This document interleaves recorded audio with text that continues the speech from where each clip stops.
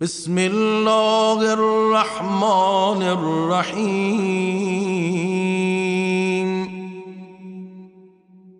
اللهم حبب إلي فيه الإحسان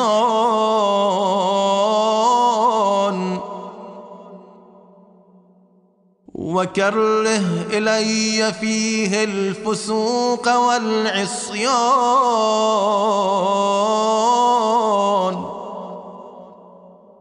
وحرم علي فيه السخط والنيران